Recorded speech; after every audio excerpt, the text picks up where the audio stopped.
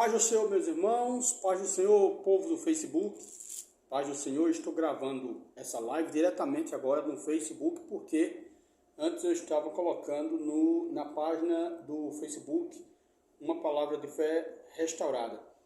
E aí eu resolvi fazer a live direto, porque aí já fica, não precisa fazer o compartilhamento, né, a transição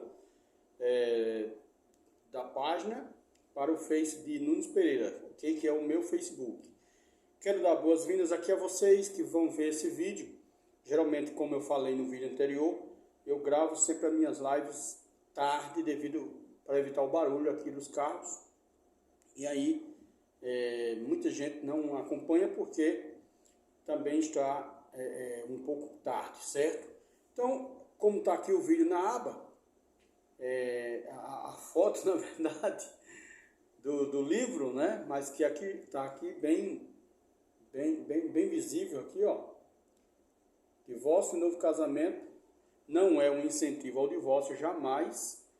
É apenas um esclarecimento. Quero sempre enfatizar essa questão que os meus vídeos, as minhas transmissões, elas são para ajudar as pessoas, aqueles que passam por dificuldades no casamento, sofrem e com certeza às vezes buscam uma explicação bíblica, porque muitas vezes estão escravizadas ou escravizados a um determinado entendimento, uma interpretação privada de algum pastor, de algum ministro, e eu não aconselho a nenhum crente se guiar por interpretações particulares. Então o que é que eu faço? Hoje eu estarei lendo o capítulo 11, como está aqui, análise, né, do livro, leitura e análise do livro Divórcio e Novo Casamento, Reverendo Guy Dutt, capítulo 11, o significado de 1 Coríntios 7, versículo 10 até o versículo 11, versículo 15. Então, essa temática que eu sempre estou trabalhando nela, é porque eu tenho muito material, eu tenho a princípio 3 livros que tratam dessa temática, e eu acho muito interessante, porque esse é o único livro que trata diretamente da questão, mostrando as ênfases bíblicas na questão da dissolução do casamento quando há prostituição, quando há traição, quando há infidelidade conjugal. Então, esse livro ele vai direto ao ponto, por isso que eu sempre estou dando ênfase a ele. Já o livro do Hernandes Dias Lopes, que é um livro pequeno, mas que eu vou trazer também brevemente algumas nuances desse livro que eu acho interessante, a parte do casamento, de como ele trata sobre o casamento é interessantíssimo, e ele tem uns capítulos interessantes que tratam, por exemplo, de como manter o casamento, como a melhor forma de manter o casamento. Aí ele vai falar sobre a questão do dinheiro, vai falar sobre a questão do ciúme, a questão, deixa eu ver aqui, os cuidados com o casamento, que é o capítulo 5. Esse é o livro do reverendo Hernandes Dias Lopes. Cuidado com a competição e com as críticas. Deixa eu ver mais aqui. Cuidado com a rotina. Então eu vou trazer posteriormente, após eu ler esse livro do reverendo Dutt, que hoje é o capítulo 11. O capítulo 11 é um capítulo relativamente pequeno, diferentemente de outros capítulos que foram lidos aqui anteriormente, tá certo? Então, vou para o capítulo 11 aqui rapidinho, não vai tomar muito tempo, já está um pouco tarde, e esse vídeo vai ficar disponível tanto no Facebook como no meu canal, @presbítero Nunes, Live Série Estudos Bíblicos, que é onde eu gravei o seminário sobre casamento, divórcio e novo casamento. Esse seminário é um seminário completo, trata diretamente da temática. Eu me lembro que eu usei alguns livros e um deles foi o livro falando sobre os costumes na cultura judaica. E do pesquisador William Coleman, que eu terminei de ler, muito interessante, tá certo? Então o significado de 1 Coríntios 7, 10 ao 11, você que futuramente aí pode precisar de uma explicação dessa. Eu quero dizer que o reverendo Dutch é um homem, foi um homem, não sei se ele está vivo ainda, não pesquisei, mas que devido aqui como ele nasceu em 1907, né? 1907, estaria com 95 anos. Eu até vou pesquisar se ele ainda está vivo. Se tiver, está muito velhinho. Porque, por exemplo, o pregador Jim Swaggart, ele nasceu em 1935 e ainda está vivo. Mas quem nasceu em 1907 realmente está com uma idade já bem avançada. Mas é um grande pesquisador e ele deixou para nós essa maravilhosa obra que trata legitimamente. Ele passou 20 anos acreditando que o divórcio era algo que mesmo sendo praticado, mesmo sendo concedido, não dava direito a um novo casamento, mas depois ele chegou a pesquisar na Bíblia e através de alguns outros meios e concluiu em 14 anos de estudo que o divórcio, pelo próprio termo da palavra hebraica e da palavra grega,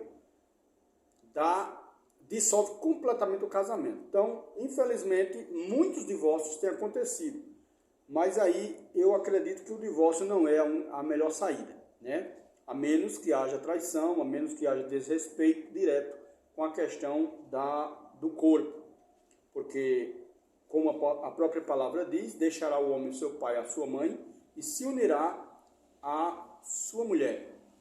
E isso faz uma referência direta à união carnal, união física, né? Não é uma união espiritual. O homem não é unido à mulher de forma espiritual, porque se fosse, quando a gente morresse, a gente iria encontrar a esposa ou o esposo lá do outro lado. Isso seria uma falsa doutrina do mormonismo chamado casamento eterno. Então isso não é bíblico. O casamento é uma coisa terrena, concedida por Deus como uma dádiva, né, para ordenar a questão do relacionamento do homem para com a mulher. Eu, como um pesquisador também nessa área, eu vejo o Hernando Dias Lopes, ele é muito bem fundamentado nessa área, quando ele diz que o casamento deve ser monogâmico, ou seja, que o homem só pode possuir uma mulher e a mulher pode possuir apenas um marido. Ele não pode ser feito entre um homem e outro homem, que aí é um casamento chamado um casamento uma pessoa do mesmo tipo, seria um homossexual, e esses casamentos eles não são aprovados por Deus. Existe, né? A lei dos homens tem concedido, mas felizmente, não é infelizmente, a palavra de Deus proíbe, e quem quer viver de forma ordeira, biblicamente apoiado, não anda, né, diretamente ligado com as coisas ou com as leis dos homens que são contra a palavra de Deus. Então, o casamento ele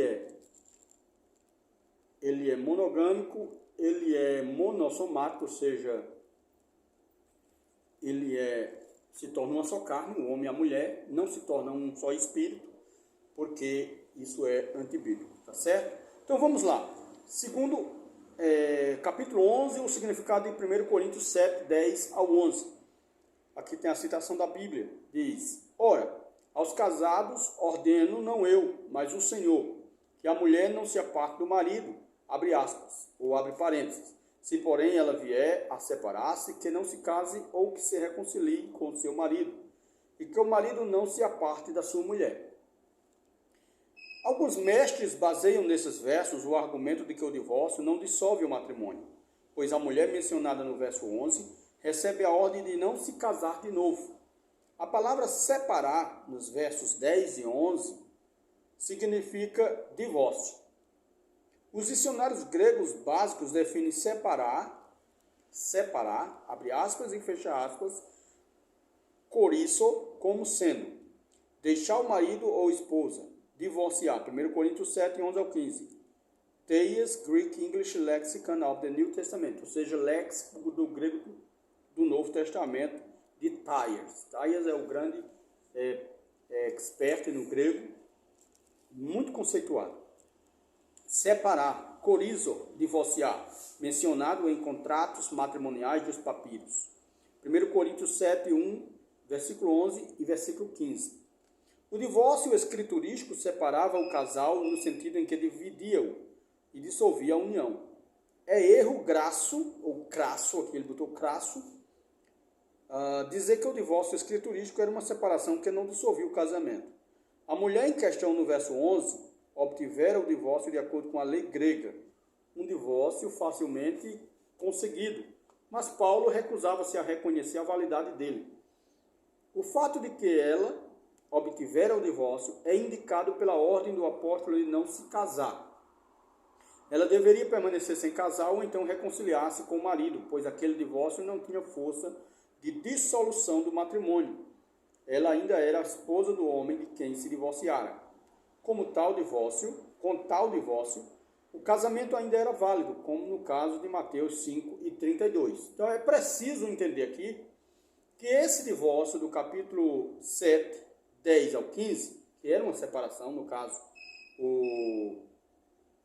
o apóstolo dá essa ordem, né? Ora, aos casados ordeno, não eu, mas o Senhor, que a mulher não se separe do marido.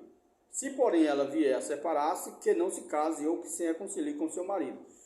Essa separação aqui que o reverendo Dutton, né, ele frisa, interessante, a palavra não é apolua aqui, não é divórcio legal, bíblico, mas é a palavra corizo, do grego, que significa separação de corpos. No caso, era o divórcio concedido nos tribunais, como esses. Hoje, os homens, uma briga qualquer, um desentendimento até mesmo entre família, quando a sogra se intromete no casamento ou vice-versa, e aí o cara vai embora, ou a mulher vai embora, e aí vai e se divorcia na lei, sem ter havido a prostituição, sem ter havido a infidelidade conjugal. Esse divórcio, ele não é bíblico, ou seja, não é permitido se casar novamente dentro dessa questão. Se a pessoa se separou por uma questão tola, uma questão motivada por uma discussão, por uma briga, o apóstolo Paulo recomenda nessa situação aqui, 1 Coríntios 7, 10 ao 11, que não se case de novo, ou seja, não pode se casar de novo, mas ou pode ficar solteira ou solteiro, ou reconciliar-se com o marido. Claro que se não houver nesse intervalo uma junção de corpos, seja o homem arruma outra mulher ou a mulher arruma outro homem, o que aí gera, no caso, uma fornicação, uma prostituição, e aí aquele que pecar, é claro, vai sofrer as consequências. E como eu disse em alguns vídeos atrás, não é um pecado imperdoável. O único pecado imperdoável é a blasfêmia contra o Espírito Santo. Mas aí cada um sofre as consequências. Como o próprio Davi, por exemplo, sofreu as consequências de ter adulterado, porém ele não morreu. Do mesmo jeito, na nova dispensação, na dispensação da graça, Cristo ele suporta, né, os pecados, porque ele morreu por nós e ele diz: filhinhos, não pequeis. Porém, se pecar, temos um advogado junto ao Pai, Jesus Cristo justo. Nós não devemos viver pecando, nós não devemos viver, o marido não deve deixar sua esposa, a esposa não deve deixar seu marido, a menos, é claro, porque aí no caso, se houver uma traição, eu acho que o marido que tenha pelo menos um pouco de mente, né, de consciência, não vai continuar com uma mulher que lhe traiu, ou vice-versa, porque é uma afronta, né, mancha o corpo, né, porque o apóstolo ou o escritor aos Hebreus, ele diz assim: venerado seja entre todos os matrimônios, porém, aquele que, aos adúlteros, na verdade, Deus o julgará. Claro, a Bíblia Sagrada é enfática, ela dá o direito para aqueles que foram inocentes. E aqueles que pecaram, eles vão sofrer a consequência, embora, claro, não vão perder a salvação se eles não caírem no mundo de vez e ficar negando a Jesus Cristo e assim por diante. A Bíblia não é determinante, condenativa, ou seja, condenar as pessoas por um pecado que a pessoa cometeu. Infelizmente acontece, né? Casais se separam, e infelizmente isso não é bom, mas o apóstolo Paulo aqui está defendendo que esse divórcio concedido aqui, que a mulher deixa o marido, ou o marido deixou a mulher, e ela conseguiu nos tribunais, ou ele conseguiu nos tribunais, um divórcio dado pela lei grega. E ali aquele divórcio ele não é amparado por Deus, porque o único divórcio que é amparado por Deus é o que envolve a imoralidade sexual, que é a palavra porneia, que ocorre nas passagens do livro de Mateus, nos capítulos 5, verso 32, e no capítulo 19, versículo 9 e 10. Somente isso. Agora, a palavra porneia, como eu já expliquei, claro, utilizando a explicação do próprio autor, que eu estou comentando o livro dele, lendo e comentando, é o único meio da palavra, a palavra porneia, ela envolve todos os tipos de imoralidade sexual. Todos os tipos, não somente, né, a palavra adultério em grego é moikeia. E, claro, a palavra porneia, ela também aparece de forma sinônima, que ela é sinônima, é uma palavra que ela alterna, né? Ora aparece a palavra porneia, ora a palavra aparece moikeia, significando adultério. E que a mesma palavra fornicação também dá o mesmo sentido. Portanto, o que o reverendo Tutt diz, ele chega a falar o seguinte: um estudo do capítulo 7, página 97, diz o seguinte: um estudo do capítulo 7 nos revelará que em Corinto surgira um forte movimento contrário ao casamento. Alguns criam que as relações sexuais eram um ato impuro e que, praticando a abstinência, atingiriam um plano superior na vida espiritual. Essa ideia aparece com frequência na igreja cristã. Essa crença asceta, o chamado ascetismo, que era aqueles que se separavam, iam para uns lugares desertos, me parece que muitos homens da igreja primitiva defendiam o ascetismo. E eles não tinham relações com mulheres, não tinham contato com mulheres, iam para lugares esquisitos, no deserto, por exemplo, como o próprio João Batista, que habitava no deserto. E aí o próprio apóstolo Paulo ele recomenda o seguinte, nessa passagem: essa crença certa perdura na igreja desde os primeiros tempos da igreja até nossos dias. Houve uma crise de celibato entre alguns dos primeiros cristãos e pais da igreja. Ocorreu também entre alguns dos grupos religiosos místicos existentes antes de Cristo. É verdade, infelizmente, que hoje em dia muitas pessoas, crendo serem pecaminosas as relações sexuais conjugais, desfizeram lá e, assim fazendo, forçaram os cônjuges ao adultério. Os monges da igreja ocidental possuíam forte aversão ao casamento, e esse espírito de celibato exerceu enorme influência sobre sua interpretação do divórcio nas escrituras, bem como sobre a legislação civil acerca do mesmo nos países onde detinham posição de proeminência.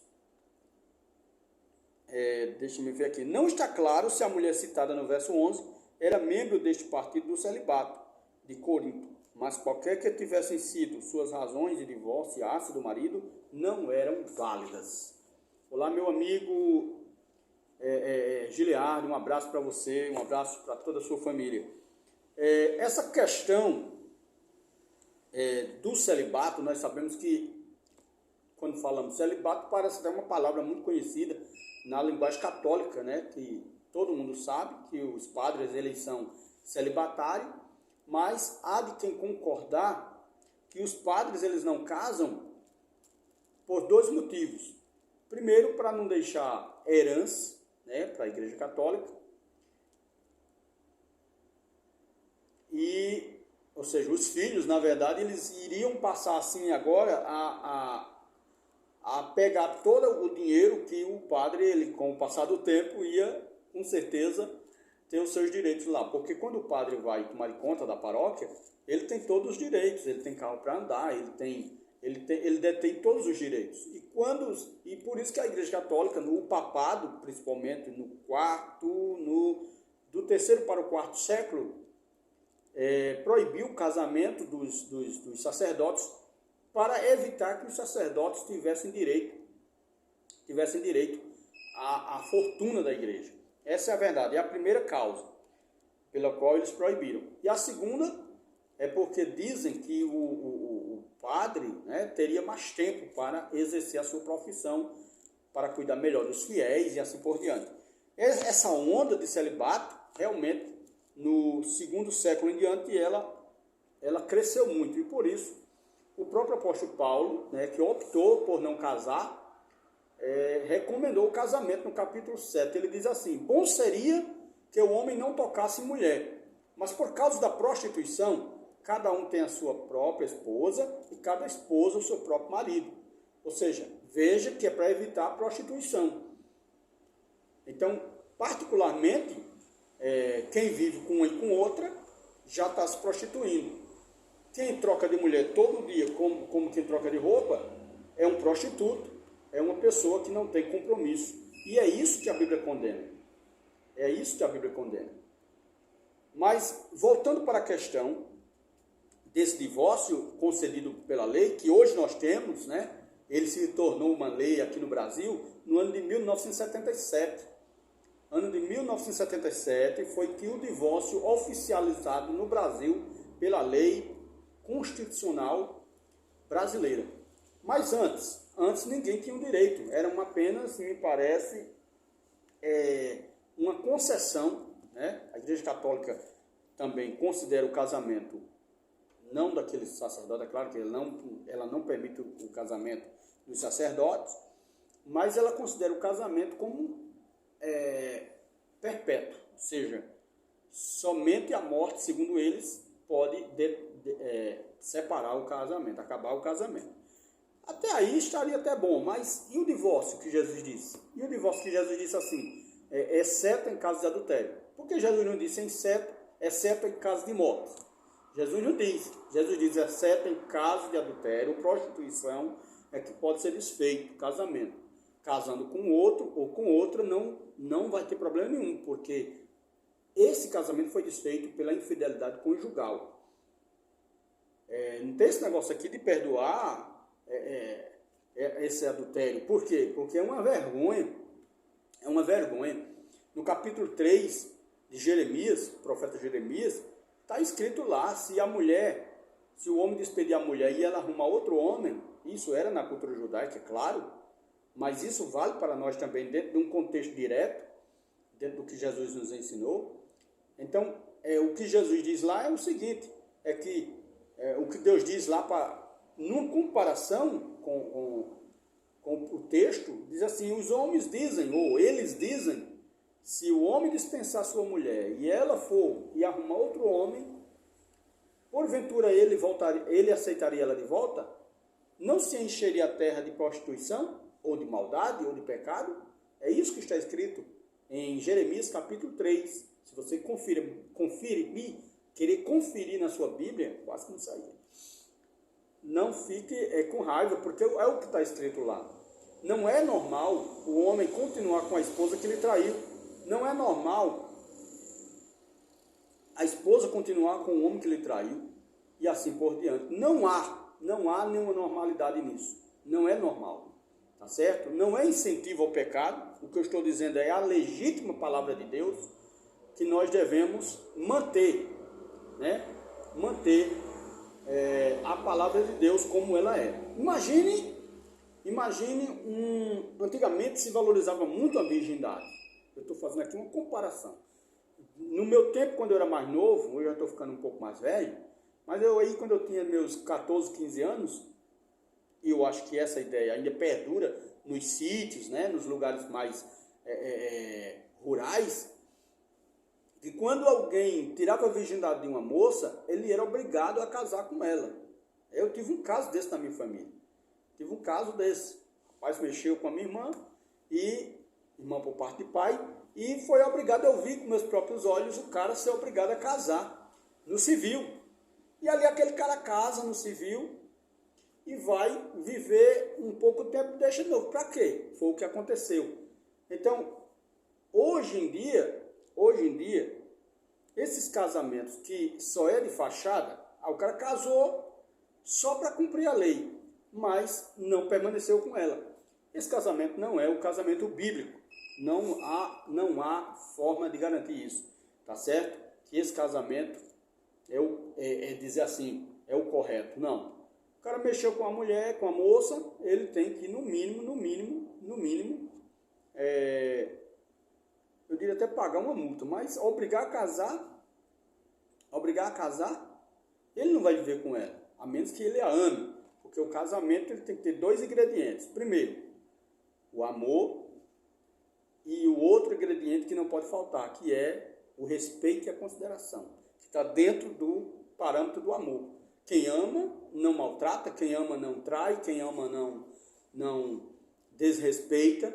Isso é o princípio básico do casamento, que eu vou trazer aqui depois desses capítulos que eu estou lendo. Faltam apenas 4 capítulos para terminar a leitura. E é isso. Não podemos defender o divórcio dos tribunais, que é esse divórcio que qualquer coisinha, né, não penteou o cabelo, a mulher aparece com o fuá desse tamanho na cabeça, o homem diz, ixi, que mulher feia, aí vai e deixa. Só porque o marido está com uma barrigona, a mulher vai deixar. Não é isso. O divórcio não pode ser praticado dessas coisas, tá certo? Nem fiquem animados. Vamos lá.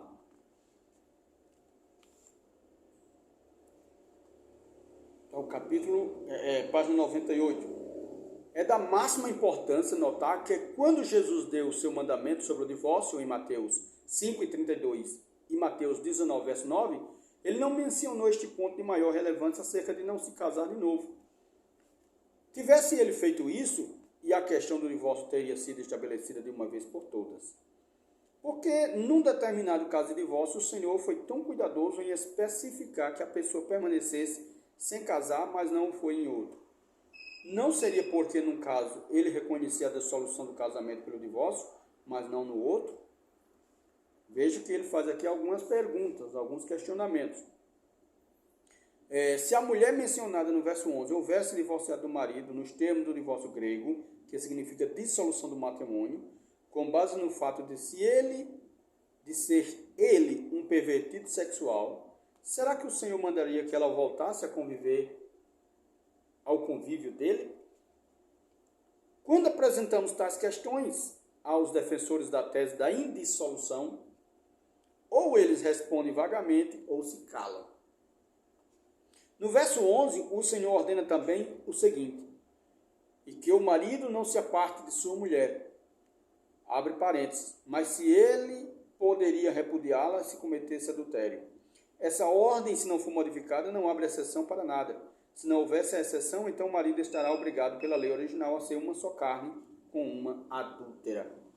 Os defensores da tese da indissolução do casamento torceram o sentido dos versos 10 e verso 11. Os principais mestres conservadores concordam em que Paulo, nesses versos, não falava de um divórcio por causa de adultério. Abre aspas. Os romanistas deduziram deste texto, ignorando Mateus 5,32, que até mesmo em caso de adultério, o vínculo conjugal ainda continua válido para a parte ofendida. Mas a verdade é que esta questão não está sendo levada em conta aqui. Expositores Greek New Testament. Aqueles que citam os versos 10 e 11 evadem a exceção do verso 15, onde o apóstolo menciona outros casos de divórcio. E diz que aqueles cristãos que haviam sido abandonados e estavam divorciados não se achavam sujeitos à servidão para com os casados. O marido e a mulher, no caso do verso 11, estavam em servidão para com seu casamento, mas os do verso 15 não estavam mais. Por quê? O que causou essa diferença? Consideramos então essa exceção. Abre aspas. Mas se o descrente quiser apartar-se, que se aparte. Em tais casos, não fica sujeito à servidão. Os expositores bíblicos estão divididos quanto à interpretação desse texto. Alguns dizem que ele institui a dissolução do casamento, mas outros negam tal fato. Que facção é esta está com a razão? Que grupo pode provar que está certo? As provas que damos a seguir defendem nosso ponto de vista pró-dissolução. A questão toda gira em torno do significado das palavras. Não fica sujeito à servidão. Aqui outra vez entra em cena a importância da regra de definição. O verso 15 trata-se de um novo problema que surgira em Corinto. Quando os coríntios se tornavam crentes, em alguns casos, o marido ou esposa incrédulo abandonava ou divorciasse do crente por causa de sua fé em Cristo. O que deveria fazer os crentes? Em tais casos, escreveram a Paulo solicitando-lhe uma solução para esse novo problema. E ele respondeu. Deixa eu beber uma água aqui, que eu também sou gente.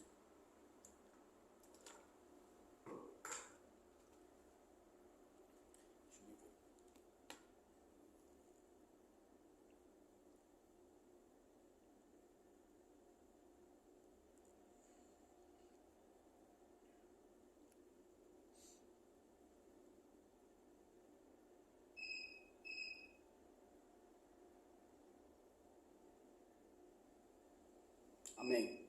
Vamos lá.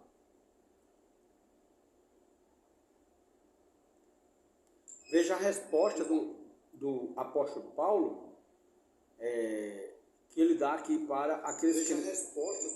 Aqueles crentes que. Deixa eu ver aqui.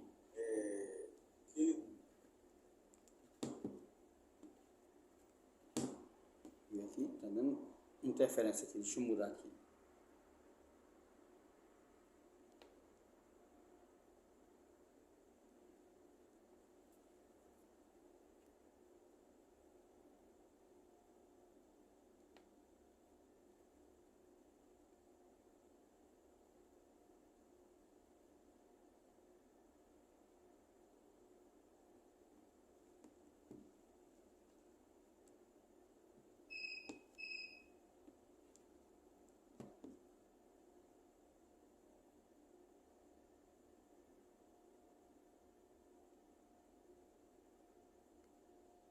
Deixa eu ver aqui só o volume aqui, vou dar uma ajeitada aqui.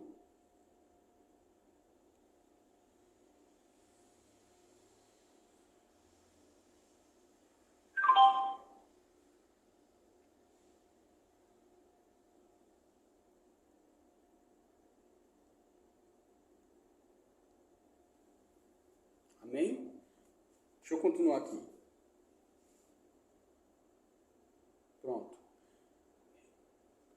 Então essa é a resposta do apóstolo Paulo aos irmãos, né, que ele escreveram. Paulo escreve aqui para uma comunidade que estava perguntando para ele, né, acerca do casamento, da separação, porque a gente deduz isso nas próprias palavras do apóstolo Paulo, quando ele diz assim, acerca das questões que vocês me perguntaram, aí ele começa a explicar. Então, essa é, no capítulo 7 de 1 Coríntios, é uma das questões a qual ele faz referência, que é, por exemplo, no caso de um crente ser abandonado pelo incrédulo, ou seja, como o próprio autor aqui já enfatizou, em Corinto era muito comum devido à idolatria, quando uma mulher ou um homem se tornava crente, o seu esposo ou a sua esposa deixava essa pessoa, essa crente ou esse crente, porque a sua religião era geralmente politeísta, ou seja, muitos deuses, adorar muitos deuses. E o cristianismo defendia a existência de um Deus apenas. Era monoteísta. Era, não, é.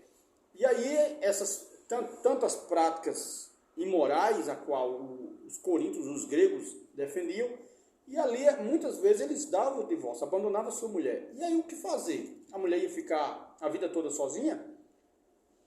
O homem ia ficar a vida toda sozinho? O Paulo está respondendo aqui, certo? Então, vá, abre aspas. Se alguém Se algum irmão tem mulher incrédula, e esta consente em morar com ele, não a abandone. E a mulher que tem marido incrédulo, e este consente em viver com ela, não deixe o marido.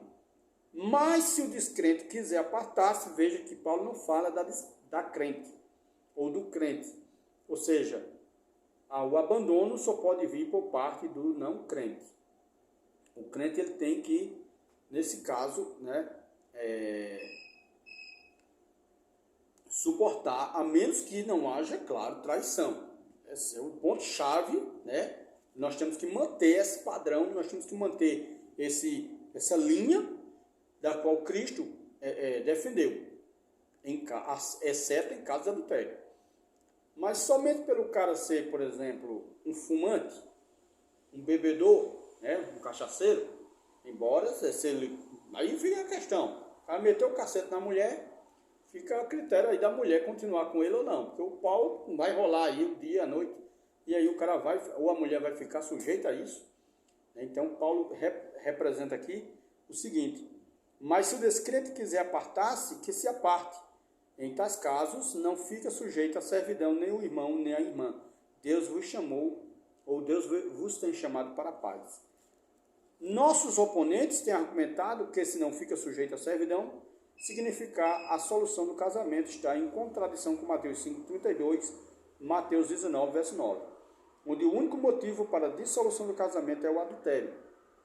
Muitas autoridades importantes dizem que não há contradição.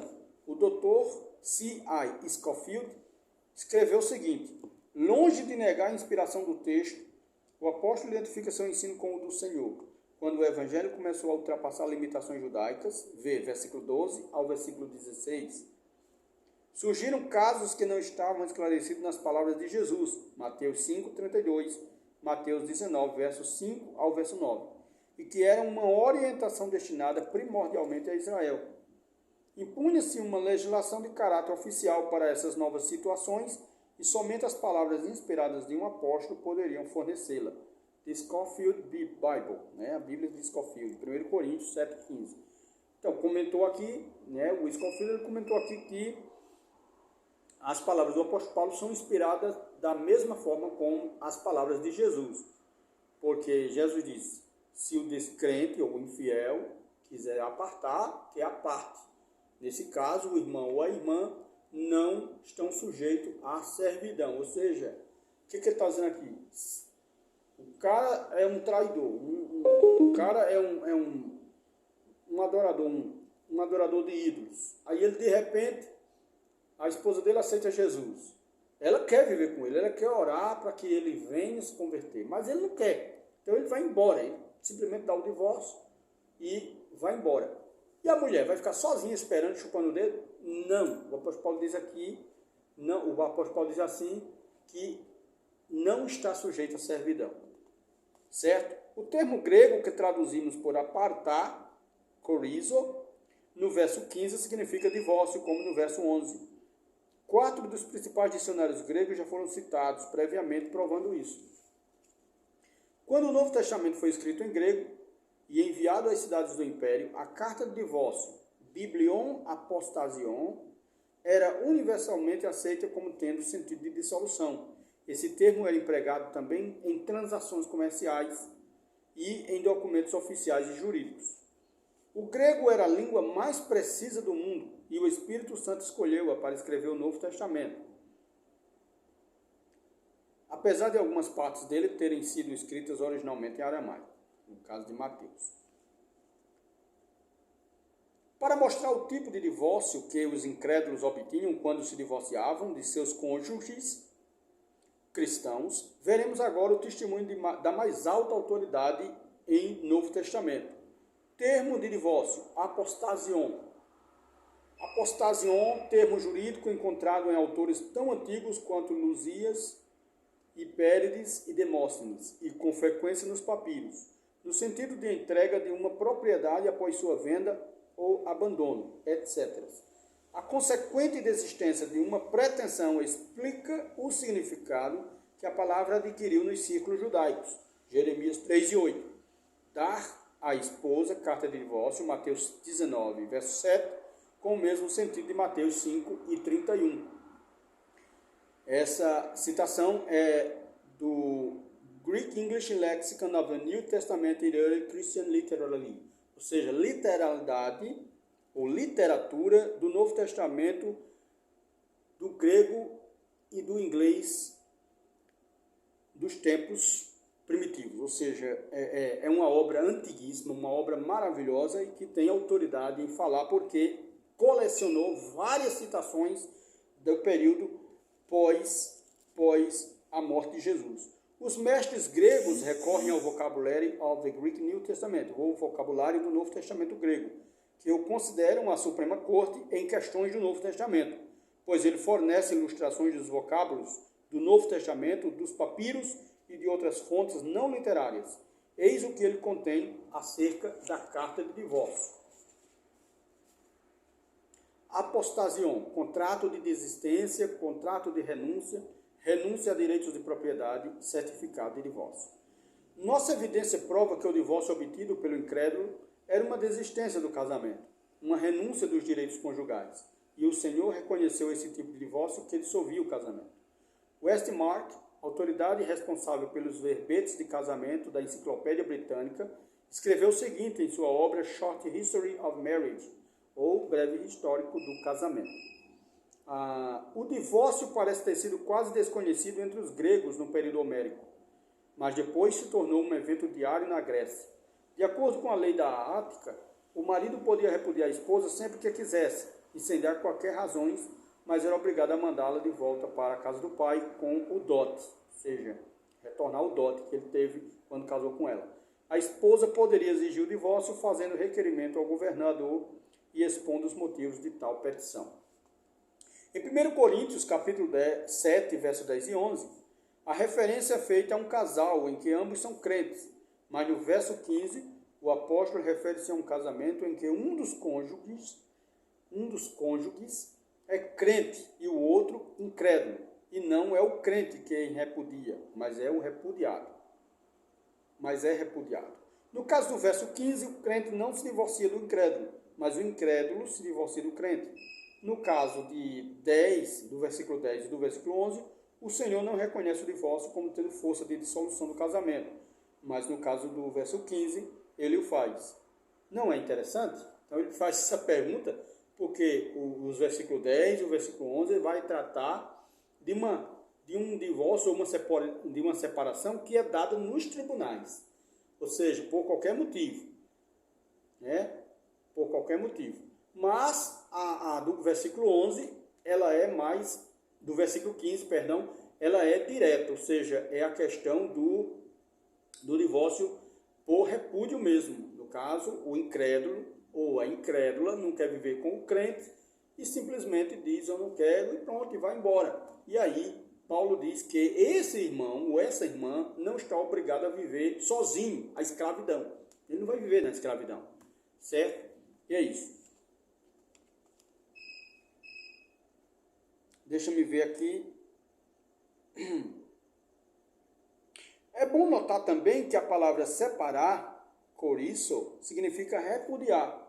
E é a mesma palavra que Jesus empregou em Mateus 19,6, onde ele diz: não separe o homem, corizo. Embora o Senhor tenha dito em Mateus, não separe o homem, ele aceita o divórcio grego como sendo uma dissolução válida, nos casos em que o incrédulo divorciasse do crente, mencionados em 1 Coríntios, capítulo 7, verso 15. Abre parênteses. Uma interessante situação paralela é que, sob a legislação mosaica, o judeu que tentasse induzir outros membros de sua família à idolatria era apedrejado até a morte. Isso você lê em Deuteronômio, capítulo 18, versículo 6 ao versículo 10. E o Dr. Edersheim escreveu o seguinte: uma das situações em que o divórcio tomava caráter obrigatório era quando um dos cônjuges se tornava herético ou deixava de professar o judaísmo. Esse autor aqui, Edersheim, ele tem uma obra chamada Rascunhos da Vida Judaica. E ele também fala sobre o Messias. Ou seja, ele é um historiador respeitado. E ele cita que até se o marido se tornasse um herege, já era caso de da igreja primitiva eles considerar, eles separar, porque imagina aí, um cara, um satanista, um herege, né? Vivia aborrecendo sua esposa. E aí os cristãos, ele concedia sim já a libertação daquela mulher, no caso dando carta de divórcio para ela. Vamos ler mais um pouco aqui. Voltamos agora nossa questão, ou nossa atenção para o termo não fica sujeito à servidão do versículo 15. A chave que lança luz sobre o problema é a definição original de servidão. Doulo, ou dulo, né, na pronúncia correta, dulo, de onde vem a palavra escravo em grego. Essa palavra significa escravidão. Fazer alguém de escravo, manter cativo por força da lei, por alguma necessidade.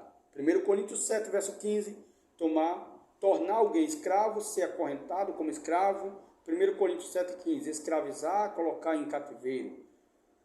Do Theiss, Greek English Lexicon of the New Testament, ou seja, do grande estudioso grego Theiss, que é o dicionário do inglês e grego, né, nas duas línguas, do Novo Testamento, e várias outras obras. Então o autor aqui ele pegou essas várias obras para provar que o mesmo termo que é usado no caso da prostituição é usado aqui, para dar libertação àquela mulher ou àquele homem que o marido ou a esposa rejeitaram pela falta de harmonia entre eles. E aí, nesse caso, Paulo não proíbe que case novamente. Paulo proíbe o primeiro, que é o do versículo 11, do versículo 10 e do versículo 11, desse mesmo capítulo, porque foi apenas uma separação de corpos, ou seja, não houve razão para tal, né? Uma briguinha, o cara joga um copo no chão, né? Deixa a toalha molhada em cima da cama, toma banho, molha o banheiro todinho, né? Tem mulher que é braba mesmo, tem mulher que, mas não é caso de divórcio, pelo amor de Deus. Amém, vamos lá. Mas se o descrente quiser apartar-se, que se aparte. Em tais casos não fica sujeito à servidão, nem o irmão e nem a irmã. Deus vos tem chamado à paz. Isto significa, em substância e de fato, que se o cônjuge incrédulo obteve o divórcio, deixasse que ele o desfrutasse. O crente não deveria ou não devia contestar a ação de divórcio por quaisquer meios ou usar de quaisquer medidas para impedi-lo. Deus chamou-nos para a paz. A amargura e a disputa deviam ser evitadas. O único meio pelo qual o crente podia evitar o divórcio era negar o Senhor Jesus Cristo. E essa situação prevalece em nações pagãs ainda hoje. Acontece na América em nossos dias. Muitos crentes acham-se abraços com o mesmo dilema, ou seja, distante. São obrigados a decidir entre Cristo e um cônjuge incrédulo.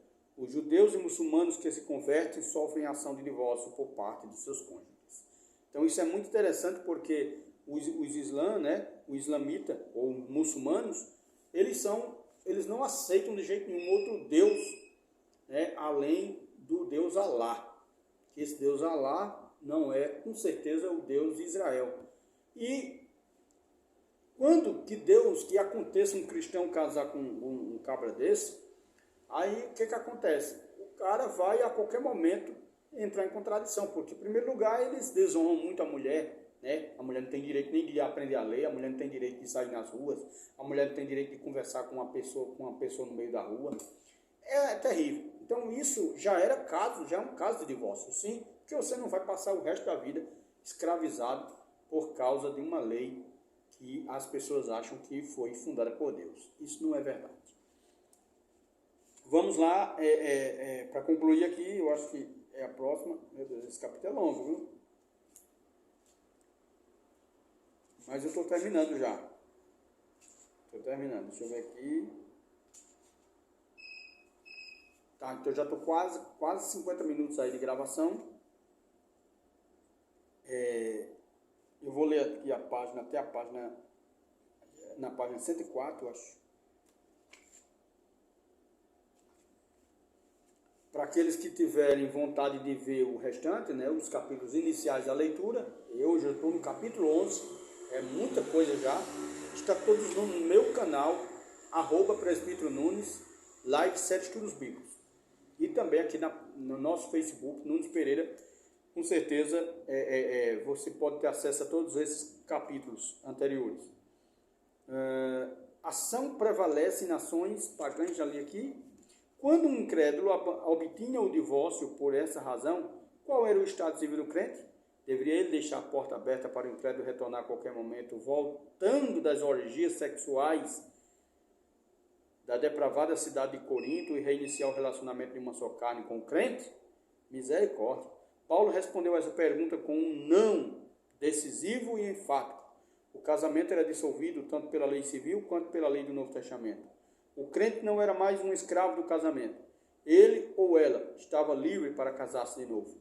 Se não pudesse casar-se, certamente ainda estaria sujeito à servidão. Não estaria? Então é uma pergunta enfática.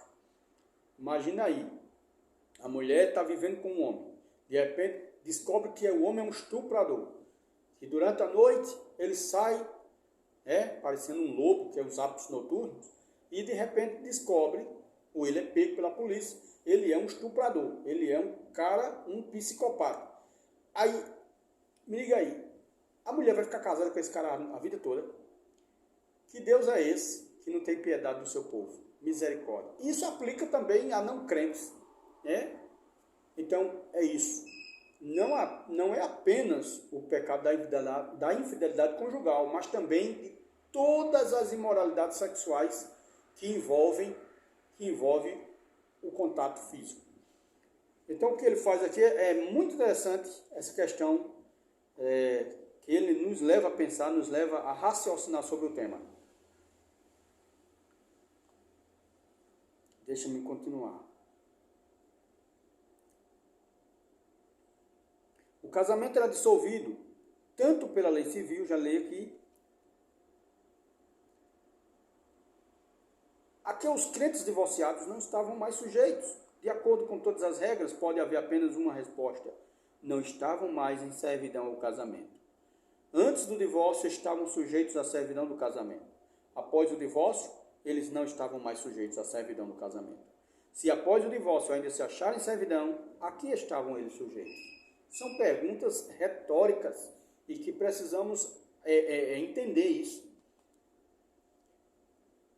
Em Romanos 7, verso 2, Paulo diz que a esposa estava ligada pela lei ao marido enquanto ele vive. Mas no caso de 1 Coríntios, o mesmo apóstolo diz que ela não estava. Estaria Paulo em conflito consigo mesmo? Certamente que não. Porque a ordem de não se casar é formalizada no caso dos versos 10, 11 e 12, mas não no caso do verso 15. Por que não teria o Senhor especificado em Mateus 5, 32 e 19, verso 9, que não se case? Nas 4 vezes em que o Senhor trata da questão do divórcio, Mateus 5, 32, verso 19, Mateus 19, 9 e 1 Coríntios 7, 10, 11 e 15, ele define a situação dizendo, não se case, em uma das razões, mas não nas outras 3. Por que ele faz uma distinção tão clara em um caso? Sujeito à servidão e não fica sujeito à servidão. Eram termos legais relacionados ao tráfico de escravos. O leitor poderá ver pelas citações que fizemos que esses termos vinham sendo usados havia muito tempo em conexão com negócios e questões jurídicas. Quando um senhor de escravos comprava um cativo, este era sujeito ao jugo de servir continuamente ao seu proprietário. Paulo enviou Onésimo de volta ao seu amo para reconhecer a obrigatoriedade da sujeição do escravo ao seu dono. Mas quando Filemão desse liberdade a Onésimo, como Paulo sugeriu que fizesse, então ele estaria livre. E Filemão não teria mais direito sobre ele. Onésimo era tão livre quanto os escravos americanos que o presidente Lincoln alforriou. Amém? Se um escravo fugisse, seu proprietário poderia prendê-lo e conduzi-lo de volta ao seu lugar. Mas se o mesmo houvesse sido declarado livre da servidão, seu antigo amo não teria nenhum direito sobre ele. A alforria do cativo era um contrato de desistência ou um contrato de renúncia, apostasion. A carta de divórcio tem exatamente o mesmo efeito sobre o casamento, no caso de 1 Coríntios 7, versículo 15.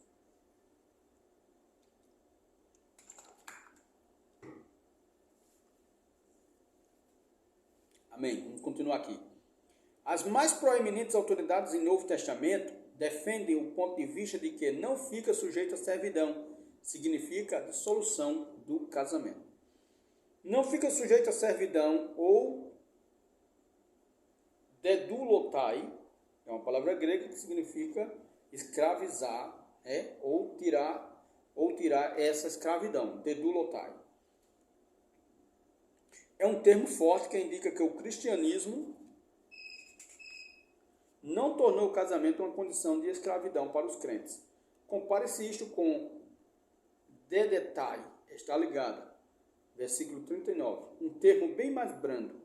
Está claro que o significado é uma deserção voluntária por parte do cônjuge incrédulo liberta o outro. Tais casos não haviam sido afetados pelas palavras de Cristo. Word Studies in the New Testament. Os comentaristas protestantes dos séculos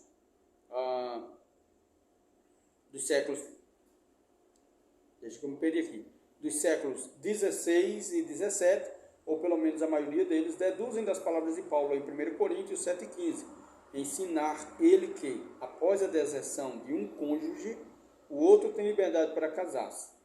Theodore Rousseau cita os nomes de alguns desses comentaristas e teólogos, situado entre eles Beza e Calixto, Essay on Divorce and Divorce Legislation, ou seja, ensaio sobre divórcio e legislação do divórcio. 1 Coríntios 7,15, ela não é obrigada a ficar sem casar e a esperar uma reconciliação, nem mesmo procurá-la. Grotius, citado por Rousseau. Johann Ninder, 1779-1850, proeminente teólogo alemão e professor de eclesiologia em Berlim, em 1813, escreveu o seguinte: a exegese protestante tem interpretado o apóstolo no sentido de que, em tal caso, 1 Coríntios 7,15, o cônjuge crente teria autorização para contrair um novo matrimônio, citado por Rousseau. A Igreja Católica Romana permite o casamento com base na autoridade de 1 Coríntios 7,15. Quem desejar ver suas exceções à indissolubilidade do casamento, faça uma consulta sobre o assunto na Enciclopédia Católica de 1933.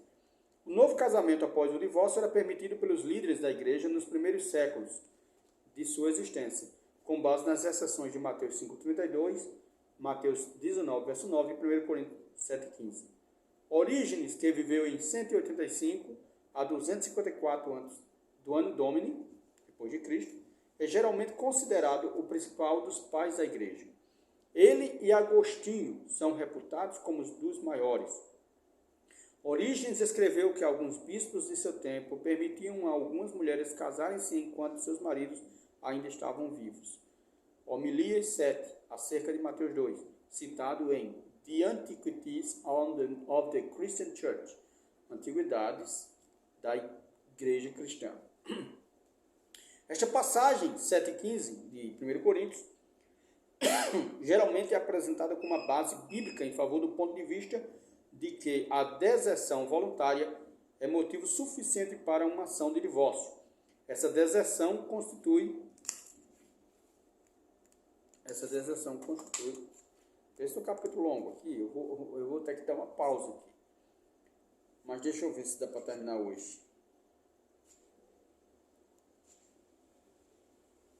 Bom, eu vou ler até a página 7 e no próximo vídeo eu vou concluir. Não fica muito longo o vídeo, já vai para 1 hora aqui.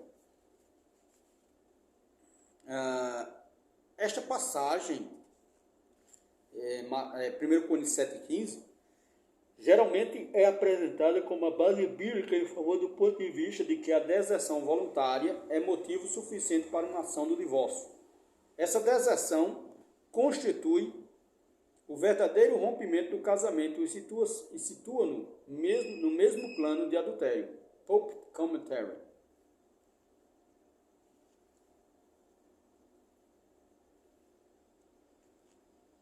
Vamos lá. 1 Coríntios 7,15 permite um novo casamento para o crente abandonado pelo cônjuge incrédulo. International Standard Bible Encyclopedia, Hastings Dictionary of the Bible.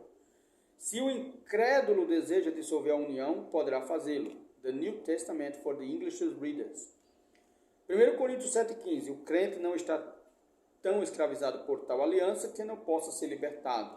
Notes of the Epistles of Paul. Ou seja, notas sobre as epístolas ou cartas de Paulo. O cônjuge que foi abandonado parece ser deixado mais livre para casar-se com outra pessoa. Não parece razoável que eles devam estar presos. Em tal caso, o casamento seria verdadeira escravidão. Matthew Henry Commentary, ou seja, o comentário de Matthew Henry. A obra A Companion in the Bible, ou um auxílio no estudo da Bíblia, preparada por 36 mestres, aborda o significado dos mais importantes termos. Eu vou anotar aqui.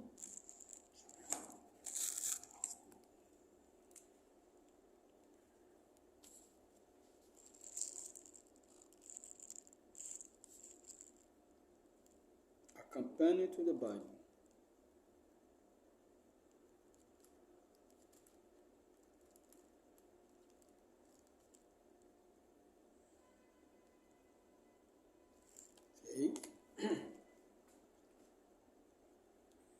Um auxílio ao estudo da Bíblia preparado por 36 mestres, aborda o significado dos mais importantes termos bíblicos. Ela comenta o seguinte acerca de 1 Coríntios, capítulo 7, verso 15. Este divórcio, ao que parece, autoriza um novo casamento, já que o crente deixa de estar sujeito à escravidão. 1 Coríntios 7, verso 12 ao verso 16. O casamento anterior tornou-se sem efeito. O Expositors Greek Testament, uma obra de 17 teólogos conhecedores do grego, comenta: o irmão ou irmã, em tais circunstâncias, não é mantido em servidão. Comparar com o verso 39, podemos inferir no verbo mais forte da passagem, que se o cônjuge repudiado continuasse ligado ao que o repudiara, isso seria considerado servidão. Se o repudiador contrai novo casamento, destruindo assim toda a esperança de uma restauração, parece então que o caso passa a enquadrar-se na exceção de Mateus 5:32.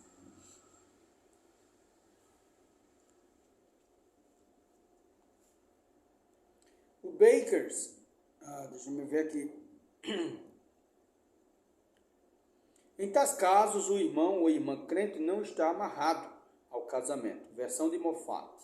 Nem os irmãos nem as irmãs estão na posição de escravo, numa união indissolúvel em casos tais como estes. Versão de Wist. O Baker's Dictionary of Theology é obra ampliamente aceita, preparada por 138 mestres de todas as partes do mundo. Nele lemos o seguinte: nos versos 12 e 15, Paulo oferece aos crentes ligados a incrédulos por casamentos mistos uma nova provisão que Cristo não levara em consideração quando falar aos judeus. Isto é, se o cônjuge incrédulo deseja romper o laço conjugal e abandonar o crente, este último não está mais sujeito ao laço, mas está livre para casar-se. Talvez o leitor gostasse de conhecer a opinião das seguintes pessoas. Primeiro, Lutero, ao ver o que Lutero diz sobre 1 Coríntios 7, verso 15. Aqui o apóstolo determina que o incrédulo que abandona a esposa deve sofrer a ação do divórcio por parte dela e declara que o crente está livre para casar-se com outro. Reformation Writings of Martin Luther, ou seja, escrito sobre a reforma de Martim Lutero. Os pais da igreja, até certo ponto, tanto católicos como protestantes, interpretavam o texto de 7,15 como dando liberdade ao cônjuge que contrair novo casamento. McClintock Strong Encyclopedia. Muitos pastores profundamente espirituais creem que o adultério ou o abandono voluntário e duradouro significam a dissolução do casamento, da mesma forma que seria se o cônjuge estivesse no túmulo. 20th Century Encyclopedia of Religion's Knowledge. E aqui está um pensamento do arcebispo da Cantuária que poderá surpreender ao leitor, pelo menos a mim surpreendeu. 1 Coríntios 7,15. Mas está claro que o sentido dado por São Paulo é que um casamento válido pode ser anulado desse modo. de forma a permitir um novo casamento. Problems of Divorce and Remarriage. A opinião oficial dos anglicanos com respeito à exceção de Mateus tem, há muito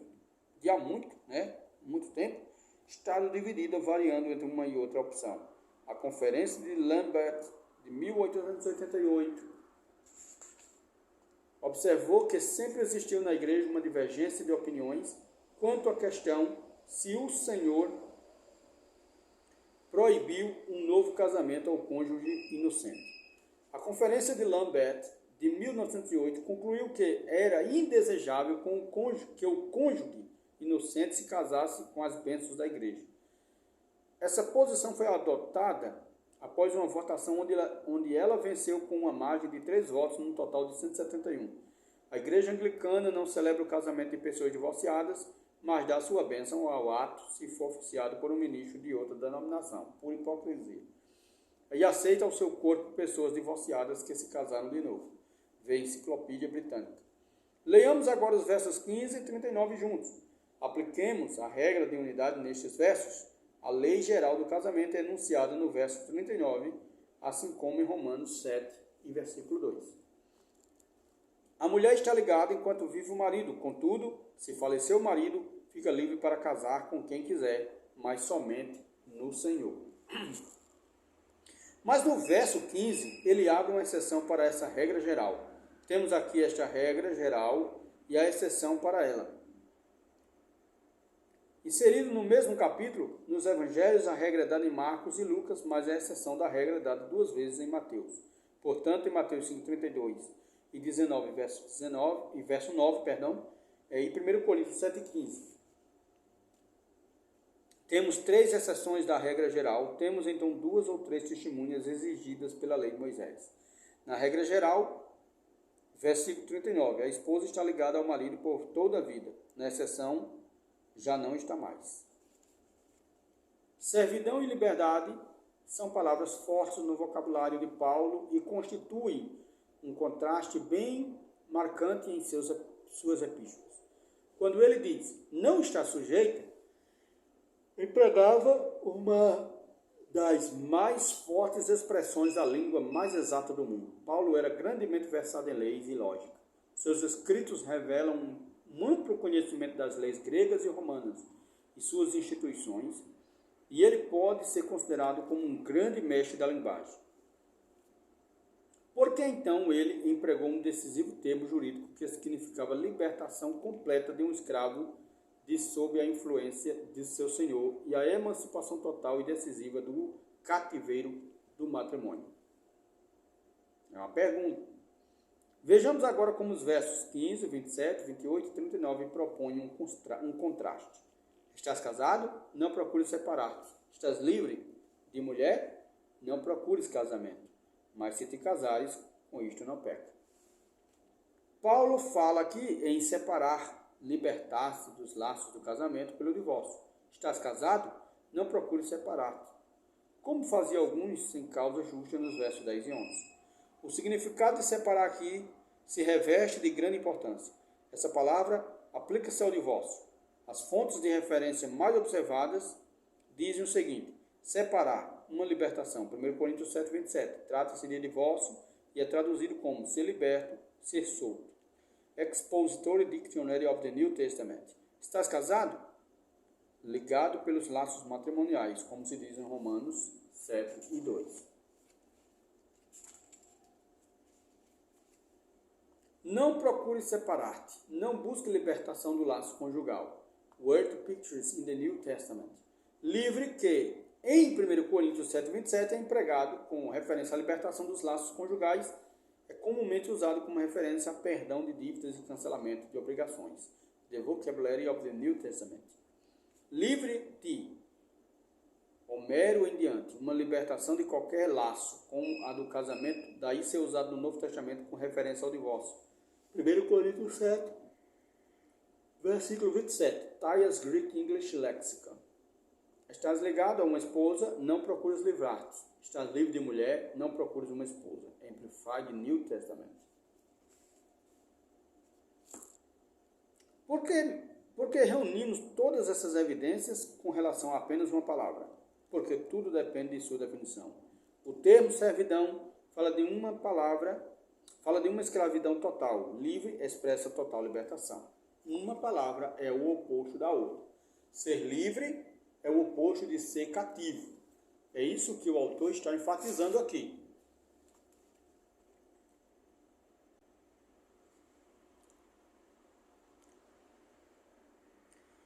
O arcebispo o sono está chegando. O arcebispo R.C. Trent escreveu o seguinte: estudar a língua de um povo significa estudar um povo e estudá-lo do melhor ponto de vista. Muitas vezes basta o exame de um único vocábulo e o emprego que o povo lhe dá para se ter uma melhor compreensão de suas reais condições, hábitos de pensamento e sentimentos do que se lesse nos volumes escritos com a expressa intenção de comunicar-se da tal realidade. Trench Onwards. O apóstolo diz ao homem que se libertou do laço do casamento através do divórcio bíblico: mas se te casares, com isto não pecas. Por que Paulo não ordenou a esse homem livre que se não casasse? Por que não ordenou que se reconciliasse com a esposa de quem se divorciara? O termo lusis, livre, ainda é empregado pelos gregos na questão do divórcio e no cancelamento de obrigações e dívidas.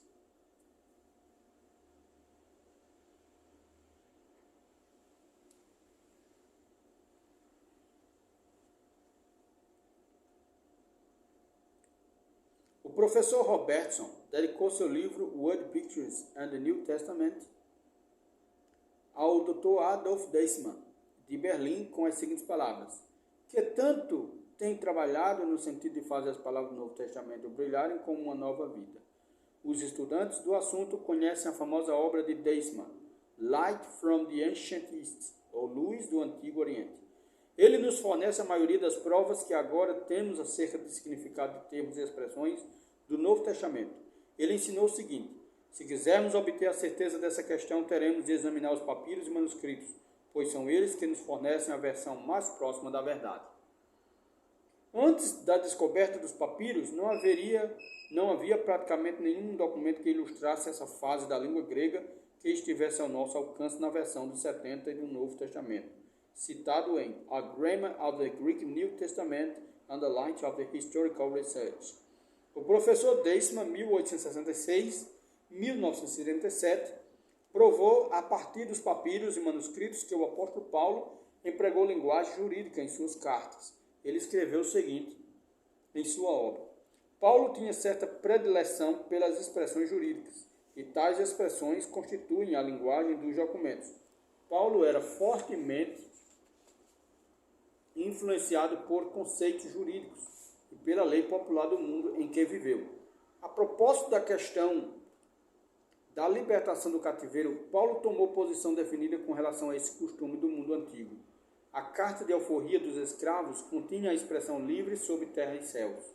O Novo Testamento emprega termos técnicos da lei constitucional contemporânea. Paulo fez uso de termos da linguagem e da lei constitucional contemporânea. Então, é interessantíssimo essas expressões, porque o autor ele vai buscar o mais profundo do entendimento para lhe deixar bem esclarecido. E é por isso que eu escolhi esse livro, né? Não menosprezando os outros dois, porque tanto Kenneth Hagin como o Hernandes Dias Lopes, eles traçam muito bem, né, essa temática. Embora cada um tenha sua peculiaridade e seu entendimento sobre o assunto. Mas o reverendo Dutt, ele é muito profundo. Ele vai mais pela palavra, né? Pelo exame da palavra, pela exegese. Então isso é interessante.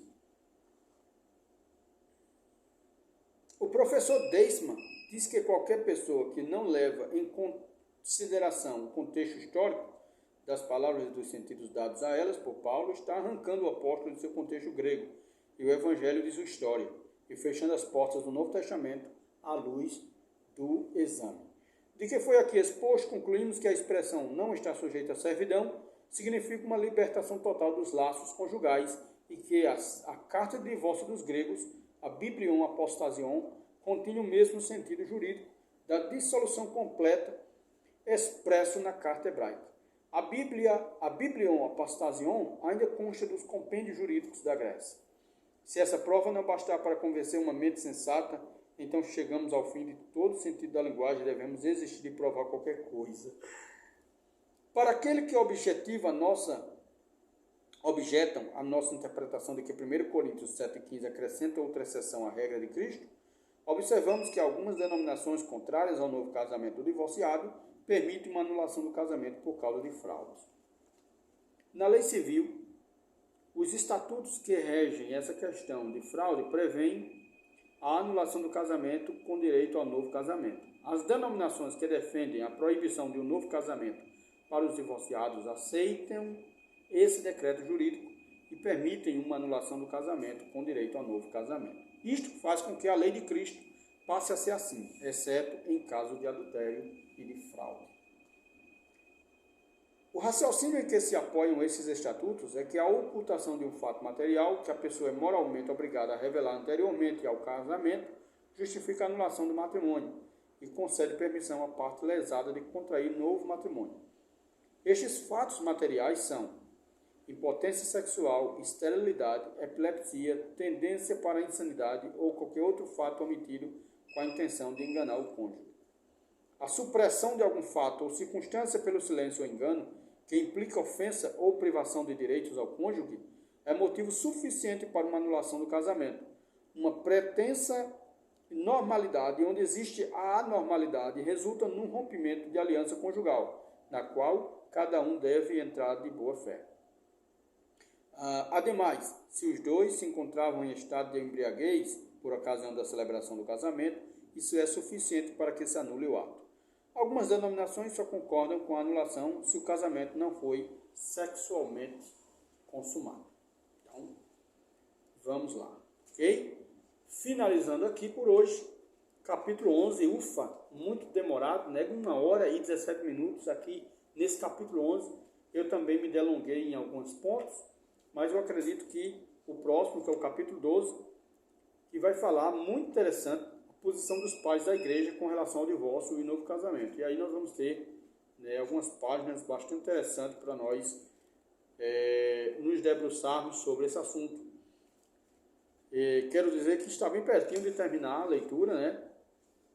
Só faltam agora 2 capítulos, o 12 e o 13, porque o 14 é resumo das evidências, que também é muito bom. Então, faltam, potencialmente falando, 3 capítulos para concluirmos a leitura do livro Divórcio e Novo Casamento, do reverendo Guy Dutt, ok? Então, um forte abraço para você que vai ver esse vídeo, se você tiver um pouco de paciência, você que gosta de pesquisar a fundo a Bíblia Sagrada. Eu digo para você que ninguém estuda a Bíblia sozinho, porque em todos os tempos se precisou de alguém para ajudar. Tá certo? Então, eu recomendo que nunca estude a Bíblia de forma isolada, né? Porque há muitos textos ali que as pessoas não entendem e às vezes fazem confusão. Então, quando nós temos uma ajuda, é muito importante valorizá-la, ok? Deus abençoe vocês, forte abraço, em nome de Jesus, volto brevemente com o capítulo 12 do livro Divórcio e Novo Casamento, do reverendo Dutt.